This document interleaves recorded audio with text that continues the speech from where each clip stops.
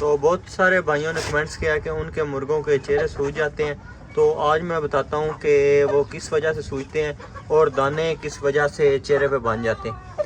तो सबसे पहले तो ये मच्छर के काटने से बनते हैं, और दूसरे नंबर पर आप जो सी फीड या दाना दे रहे हैं अगर वो एक्सपायर हो तो उस वजह से भी इनके मैदे में इन्फेक्शन आ जाता है, तो जिसकी वजह से इनके चेहरे जो से सूज जाते हैं।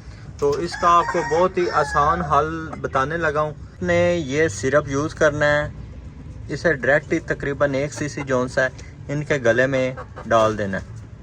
तो उसके बाद आपने शाम को जो सा है पेंसिलिन 5 लाख उसका पाउडर जो सा है इनके गले में सूखा पाउडर जो सा है वो लगाना है, फेंक देना है।